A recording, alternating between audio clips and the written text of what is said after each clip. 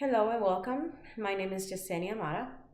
I want to talk to you about domestic violence, its pattern, and how to safely get out and break this cycle. If you have not been involved in domestic violence or know of anyone close to you, you probably don't know how to read the red flags of domestic violence and how to safely get out of the situation. So let's start by asking, what is domestic violence? Domestic violence, by definition, is violence committed by one family or a household member against another. The National Coalition Against Domestic Violence statistics on domestic violence shows that on average, nearly 20 people per minute are physically abused by an intimate partner in the United States. During 1 year, this equates to more than 10 million women and men. 1 in 4 women and 1 in 9 men experience severe intimate partner physical violence. I was a victim of domestic violence at a very early age. I was 13 years old. My aggressor used our 2-month-old baby as a decoy to get me to leave with him almost 2,000 miles away from home. So from the state of New Jersey to the state of New Mexico, when I was only 14 years old. New Mexico is very close to the border, to the Mexico border. Once I was isolated from family and friends and people that I knew, I was sexually, physically, emotionally, and mentally abused. If you have not been involved in domestic violence or know of anyone close to you who you probably don't know how to read the red flags or of domestic violence and how to act on getting out of domestic violence.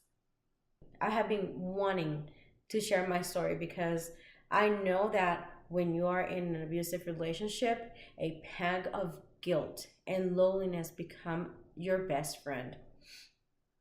I took the time to do some research about the meaning, the red flags of domestic violence. I researched other similar and different cases of domestic violence as well. First, I would like to talk about how to recognize the red flags of domestic violence. Second, I will show you the power and control wheel that takes place. Third, I will give you the steps to take to safely remove yourself and your children, if there are any children involved, from the aggressor. Domestic violence affects anyone. It doesn't matter age, race, sex, social economy. My aggressor used my son as a decoy, and he took me almost 2,000 miles away from home, away from family, friends, anyone I knew. Once there, I was getting abused in every imaginable way.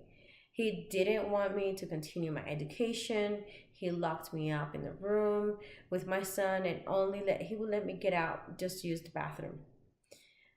He always said that he did this because he loved me and he was protecting me. He came home drunk almost every night, hit me, then had sex with me, and apologized, and everything was just like, erased.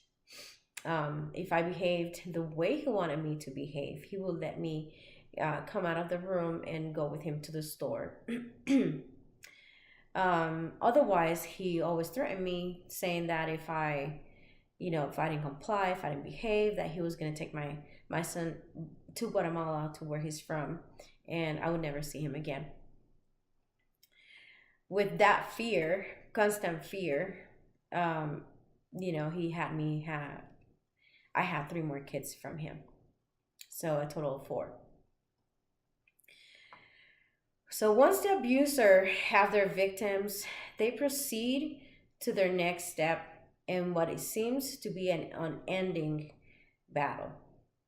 Abusers intimidate their victims. They will make you feel bad about yourself. They will isolate their victims. They accuse the victims of causing their anger. If there are children involved, they will threaten to take them away from the mother or the father, which it happened to me. They will not let their victims work, and if they do, they will do so under very strict conditions, and the victim has to give them their check, their full check. Finally, the aggressor uses coercion, making the victims drop their charges against the aggressor, threatens to commit suicide if the victim leaves the aggressor. So if you find yourself in a situation like this, move out safely. Even if you're not leaving right away, at least create a safety plan. I took a part-time job at Walmart, um, in the cash office while my kids were in school. I worked.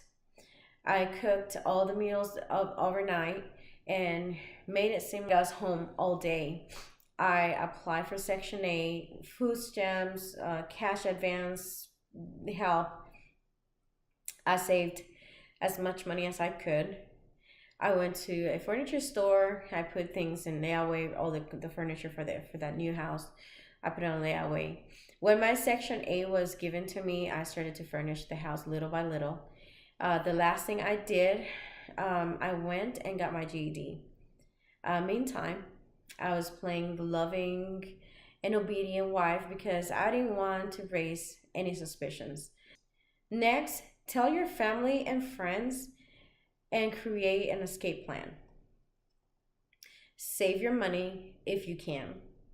Gather all the important documents such as birth certificates, social security cards, passports, visas, green cards, mortgage documents, anything that's important and something that's going to be hard for you to get later, and you have it accessible to you at that moment. Get some extra set of keys. Get an alternate cell phone number, that way he doesn't track you.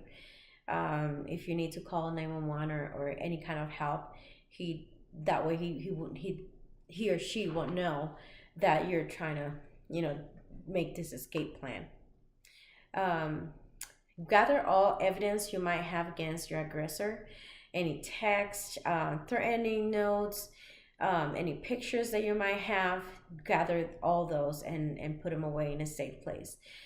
Give pieces of clothing to the person who's helping you to escape, if there's any.